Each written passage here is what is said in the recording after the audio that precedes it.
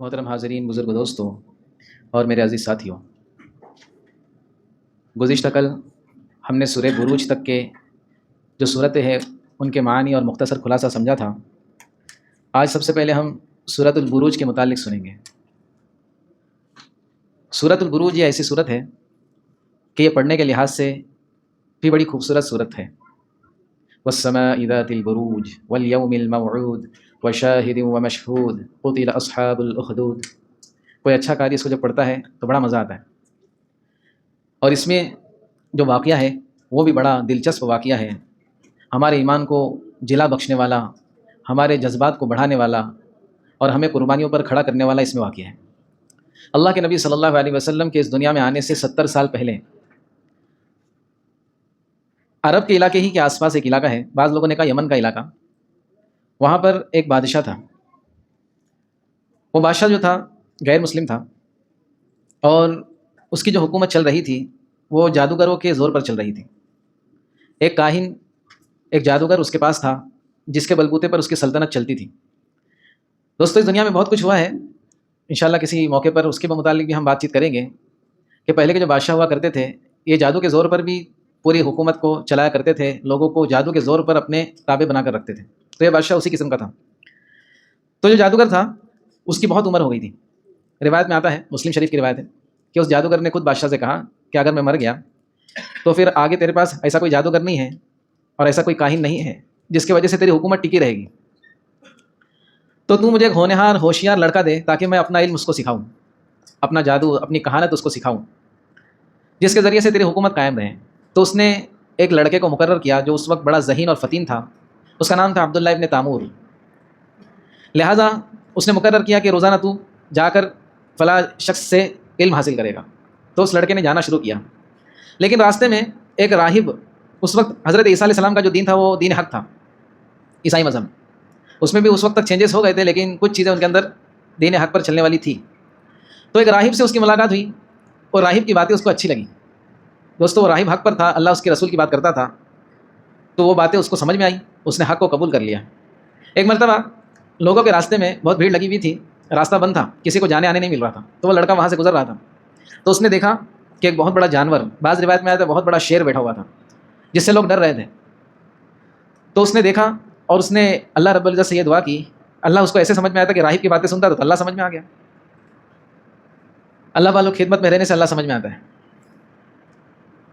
تو اس نے کہا، اے اللہ، اگر راہب یہ حق پر ہے، کیونکہ میں کنفیوز ہوا ابھی، ایک طرف تو جادوگر ہے ایک طرف یہ ہے، اگر راہب حق پر ہے تو میں یہ پتھر اٹھا کر مار رہا ہوں، یہ جو جانور ہے اس سے مر جائیں تو میں سمجھ جاؤں گا راہب حق پر ہے، اور نہیں مرا تو پھر میں سمجھوں گا راہب حق پر نہیں ہے۔ تو راہب نے اور بھی اس کو کچھ سکھایا تھا، اس نے کہا بسم اللہ اور پتھر اٹھا کر اس کو مارا۔ بہت بڑا شیر تھا وہ، اور دوسری روایت میں بہت خطرناک جانور تھا، جبھی تو سب لوگ رک گئے تھے وہاں پہ جانے سے، تو فوراً وہ جانور مر گیا۔ اب اس کو بات سمجھ میں آ گئی کہ راہب جو ہے یہ اللہ کا نیک بندہ ہے اور یہ جو مجھ کو سکھا رہا ہے یہ دین حق سکھا رہا ہے۔ تو جب لوگوں نے دیکھا کہ بچہ تو بڑا کمال کا ہے، نوجوان، لوگ اس کی طرف لپکے، جیسے آج کے زمانے میں بھی ہوتا ہے، کچھ چمتکار نظر آئے تو فوراً نمسکار، چمتکار پہ نمسکار، تو فوراً جو ہے اس پہ لوگ جو ہے ہم کو فولا دھاگا پھونک کے دے دو، پانی پھونک کے دے دو، دم کر کے دے دو۔ ایک اندھا شخص اس کے پاس آیا، یہ صحیح روایت ہے مسلم کی، ایک اندھا شخص اس کے پاس آیا، کہنے لگا مجھے آنکھیں نہیں ہیں، میری آنکھوں میں روشنی نہیں ہے، تو میرا علاج کر دے۔ تو اس نے کہا ایک شرط پہ کروں گا، وہ کیا؟ ایمان قبول کرنا پڑے گا۔ دیکھو، اس کو اتنی اس عرصے میں یہ بھی بات سمجھ میں آ گئی کہ اپنی طرف لوگوں کو متوجہ نہیں کرنا ہے، اپنا جو بھی کچھ فیض ہے جو اللہ نے دیا ہے اس سے اللہ کی طرف لوگوں کو متوجہ کرنا ہے۔ تو اس نے کہا ٹھیک ہے۔ تو اس نے جو ہے اللہ کا نام لے کر اس کی آنکھوں پہ ہاتھ پھیرا، اور ایک روایت میں آتا ہے صرف دعا کی اس کے لیے، تو اس کی آنکھیں فوراً اچھی ہو گئی، اس کی آنکھوں میں روشنی آ گئی۔ اب جو ہے بڑا چرچا ہوا، بادشاہ تک بھی بات پہنچی۔ راہب نے منع کیا تھا کہ بادشاہ کو بتانا نہیں ہے سب، لیکن اب جو حق کوئی چھپتا تھوڑی ہے، لہٰذا بادشاہ نے تینوں کو بلایا، راہب کو بھی بلایا، جس کو آنکھیں آ گئی تھیں اس کو بھی بلایا، اور عبداللہ ابن تامور کو بھی بلایا، اور ان سے کہا کہ یہ جو تم لوگ کر رہے ہو غلط کر رہے ہو، یہ سب چھوڑ دو۔ تو ان لوگوں نے بات نہیں مانی۔ وہ نابینا کا بھی ایمان اتنا پکا ہو گیا کہ بادشاہ نے کہا مار دوں گا تجھ کو میں، مار دے۔ تو راہب کو بھی مار دیا بادشاہ نے، اور وہ نابینا جس کو آنکھیں آ گئی تھی اس کو بھی مار دیا۔ اب عبداللہ ابن تامور کو مارنے کی کوشش کیا، روایت میں آتا ہے اللہ کے نبی نے فرمایا کچھ لوگوں کو مقرر کیا کہ اس کو جا کے پہاڑ پہ سے پھینک دو، اس کو ایسی موت دو کہ لوگوں کے لیے عبرت کا نشان بن جائے۔ تو جو لوگ اس کو پہاڑ پہ سے پھینکنے کے لیے گئے تھے وہ خود ہی پہاڑ پہ سے گر گئے اور وہ واپس آ گیا۔ تو بادشاہ کو بڑا تعجب ہوا۔ پھر بادشاہ نے کچھ لوگوں کو طے کیا کہ اس کو 20 سمندر میں جا کے ڈبا دو۔ اب وہ لوگ گئے تو خود ہی ڈوب گئے، وہ واپس آ گیا۔ اب عبداللہ ابن تامور نے جب دیکھا کہ بادشاہ بڑا چڑچڑا ہو گیا ہے، میرے اوپر اس کا بس چل نہیں رہا ہے، تو اس نے آفر دیا عبداللہ ابن تامور نے. دیکھو دوستو، اس سے ایک بات یہ سمجھ میں آئے گی کہ کسی نہ کسی کو تو قربانی دینا ہوگا، جب جا کے لوگوں کو فائدہ ہوگا. عبداللہ ابن تامور نے کہا کہ اگر تو مجھ کو مارنا چاہتا ہے تو ایک ترتیب ہے میرے پاس. اور کیا ترتیب ہے؟ میرے اوپر تیر چلانا ہوگا، لیکن کچھ الفاظ کہنے ہوں گے جب جا کر وہ تیر مجھ کو لگے گا اور میں اس سے مروں گا.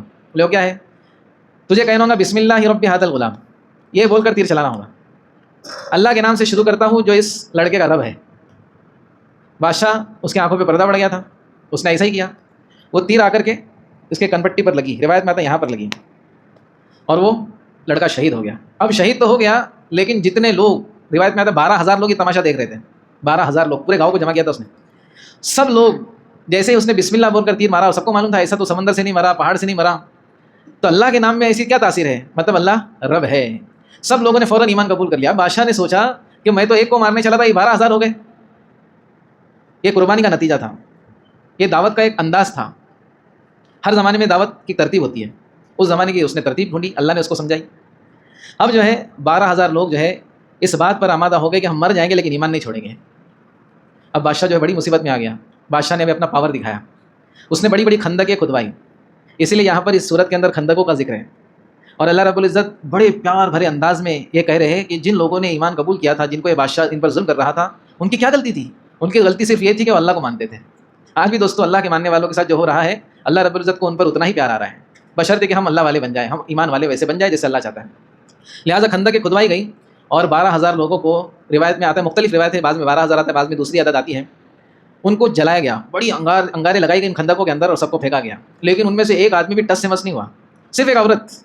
اللہ کے نبی نے فرمایا صرف ایک عورت جس کے گود میں ایک بچہ تھا، وہ تھوڑی آگے پیچھے ہوئی اپنے بچے کے لیے کہ ٹھیک ہے میں تو مر جاؤں گی لیکن میرا بچہ.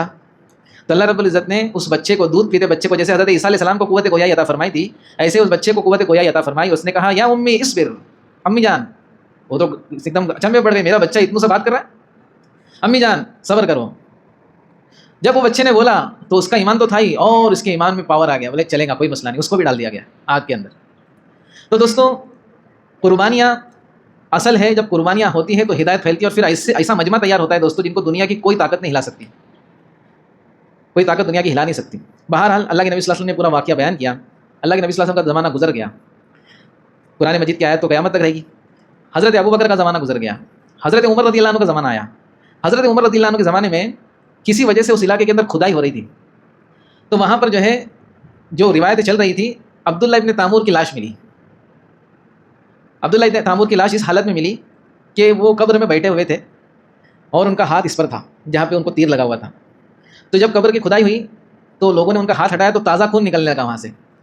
اللہ کے نبی کی بعثت سے 70 سال پہلے، پھر اللہ کے نبی صلی اللہ علیہ وسلم کی پیدائش، پھر پورا حضرت اللہ کے نبی کا پورا دور، حضرت ابو بکر کا دور، حضرت عمر کے دور میں تازہ خون نکل رہا ہے. معلوم ہوا شہداء جو ہوتے ہیں اللہ رب العزت ان کی دنیا میں بھی ان کے جسم کی حفاظت فرماتا ہے. لہٰذا حضرت عمر کو ایک خط لکھا گیا کہ اپنے فلاں فلاں علاقے میں ایسا ایسا معاملہ پیش آیا ہے، اور اس وقت علم تو عام تھا، ان کو پتا تھا عبداللہ ابن تامور کے ساتھ اس علاقے میں ہوا ہے. حضرت عمر نے کہا وہ عبداللہ ابن تامور ہی ہے، واپس سے جس حالت میں تھا اسی حالت میں اس کو دفنا دیا جائے. سمجھ میں آ رہی بات؟ تو دنیا کے والوں کے لیے تو مر گیا، ختم ہو گیا، لیکن اللہ رب العزت نے اس کی لاش کو، عبداللہ ابن تامور کی لاش کو بھی یہ گوارا نہیں کہ اس کو مٹی کھا لے. تو بہرحال دوستو حالات کیسے بھی آ جائے، ایمان پہ قائم رہنا اور لوگوں کی خیر خواہی کا جذبہ رکھنا یہ ہماری ذمہ داری ہے، ہر ایمان والے کی ذمہ داری ہے. تو اسی آیت، اس صورت کے اندر اللہ رب العزت نے یہ واقعے کو ذکر کیا ہے، اور بڑے درد بھرے انداز میں اس واقعے کو کبھی ترجمہ پڑھنا انشاءاللہ موقع نہیں ہے. آگے پھر جو ہے سورۃ طارق شروع ہوتی ہے. طارق کا معنی ہے رات کو آنے والے کے، یہاں پہ ستارہ مراد ہے، بلکہ خود آگے اس کا ذکر کیا گیا کہ نجم الثاقب، یعنی چمکتا ہوا ستارہ ہے. اس صورت کے اندر اللہ رب العزت نے طارق کی قسم کھائی ہے، وہ اس لیے، یہ ستارے کی قسم اس لیے کھائی ہے کہ جس طرح سے ستارہ جو ہے یہ آسمان میں اتنا اوپر رہتا ہے کہ دنیا اس کو پوری نظر آتی ہے، اسی طرح اللہ رب العزت نے آگے جملہ فرمایا ان کل نفس لما علیہا حافظ، ہر انسان پر ایک نگہبان طے ہے جو اس کو دیکھ رہا ہے، یعنی اللہ کی ذات. بعض مفسرین نے کہا کہ اللہ کی ذات یہاں پہ مراد ہے. جس طرح وہ ستارہ دنیا کو دیکھ رہا ہے ویسے اللہ بھی ہر ایک کو دیکھ رہا ہے. ان کل نفس لما علیہا حافظ فلینظر الانسان مما خلق، انسان کو دیکھنا چاہیے، غور کرنا چاہیے، فکر کرنا چاہیے. مما خلق، اللہ نے اس کو کس سے پیدا کیا ہے؟ یخرج من بین الصلب والترائب، ماء دافق سے پیدا کیا ہے جو کمر کی ہڈی، ریڑھ کی ہڈی اور سینے کی ہڈی کے بیچ سے نکلتا ہے. یہاں پر مفسرین نے ایک بہت اچھی بات لکھی ہے دوستوں، ہم کو معلوم ہونا چاہیے. ہم اکثر سنتے ہیں کہ انسان مادہ منویہ سے پیدا ہوا ہے، ایک منی کے قطرے سے پیدا ہوا ہے، تو انسان بنتا کیسے آخر میں؟ تو یہ جو قطرہ ہوتا ہے، مفسرین نے لکھا ہے دوستو، تحقیق کی ہے اس کے اوپر، کہ قطرہ جو ہوتا ہے نا، جو جمع ہوتا ہے جہاں پر بھی، کہ بعض اس کے اعتبار سے مرد کی ریڑھ کی ہڈی میں جمع ہوتا ہے پیچھے، اور عورت کے سینے میں جمع ہوتا ہے، وہ دونوں کے ملنے سے بنتا ہے. تو یہ جو منی کا قطرہ ہوتا ہے، یہ پورا جو ہے ہمارے جسم کے ہر عضو سے اللہ کی قدرت سے اس کے اندر جو ہے باریک باریک ذرات لیے جاتے ہیں. اسی لیے جب ماں کے پیٹ میں بچہ ہوتا ہے تو اس کی ہڈیاں تھوڑی کمزور ہوتی ہے، تو ڈاکٹر کہتا ہے کیلشیم کھا، کیونکہ اس کی ہڈی سے اس کی ہڈی بننی ہے. تو جو منی کا قطرہ ہوتا ہے ہم کو دکھتا تو قطرہ ہے وہ، لیکن اس کے اندر ماں باپ کی جو ہے جسم کے تمام اجزاء کا تھوڑا تھوڑا حصہ ہوتا ہے، جس کو ہم ڈی این اے بھی کہہ سکتے ہیں. اسی لیے تو اگر ڈی این اے ٹیسٹ کرایا جائے تو اس میں سمجھ میں آتا ہے یہ واقعی اس کا بیٹا ہے. ماں باپ کی چیزیں، بال بھی مل جائے بال، تو یہ بھی جو ہے اس کی پہچان کے لیے کافی ہو جاتا ہے. تو اللہ رب العزت پورے جسم سے، ماں باپ کے پورے جسم سے نکال کر کے ایک خاص چیز بناتا ہے، جس کے ذریعے سے جو ہے پورا انسان بنتا ہے. تو اس پر بھی اگر ہم غور کریں دوستو تو کتنی بڑی بات ہے کہ اللہ رب العزت کیسا بنانے والا ہے، کیسا بنانے والا اللہ. بہرحال یہ چیز اللہ رب العزت نے یہاں پہ سورہ طارق میں بتائی. پھر سورۃ الاعلیٰ شروع ہوتی ہے، یہ بھی بڑی فضیلت والی سورت ہے. اللہ کے نبی صلی اللہ علیہ وسلم اس کو اکثر جمعہ کی اور عیدین کی نماز میں پڑھا کرتے تھے.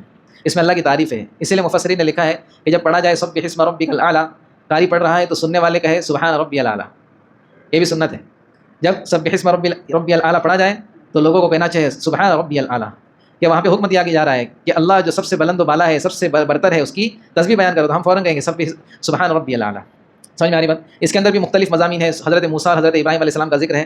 بہرحال پھر اس کے بعد جو ہے سورۃ الغاشیہ شروع ہوتی ہے. یہ بھی سورہ اعلیٰ اور سورہ غاشیہ دونوں جمعہ اور عیدین میں اللہ کے نبی صلی اللہ علیہ وسلم اس کو پڑھا کرتے تھے. اس کے اندر غاشیہ سے مراد قیامت کا دن ہے. اس کے اندر بھی اللہ رب العزت نے ایک چیز پر غور کرنے کو کہا ہے لاسٹ میں، افلا ينظرون الى الابل كيف خلقت. عرب جو تھے خاص طور پر ان کو اونٹ سے بڑا تعلق تھا، تو مشرکین مکہ اور خاص کر کے عرب لوگوں کو یہ بتایا جا رہا ہے کیا تم دیکھتے نہیں کہ اللہ نے اونٹ کو کیسا بنایا ہے، خالی اونٹ کو تو دیکھ لو. اللہ رب العزت نے اونٹ کو عجیب بنایا دوستو. حقیقت میں اگر آپ دیکھیں گے بالکل جو ہے ڈیزرٹ کے لیے اس کو سوٹیبل بنایا، اسی لیے اس کو کیا کہتے ہیں کہ وہ جہاز ہے، وہاں کا ریگستان کا جہاز کہتے ہیں.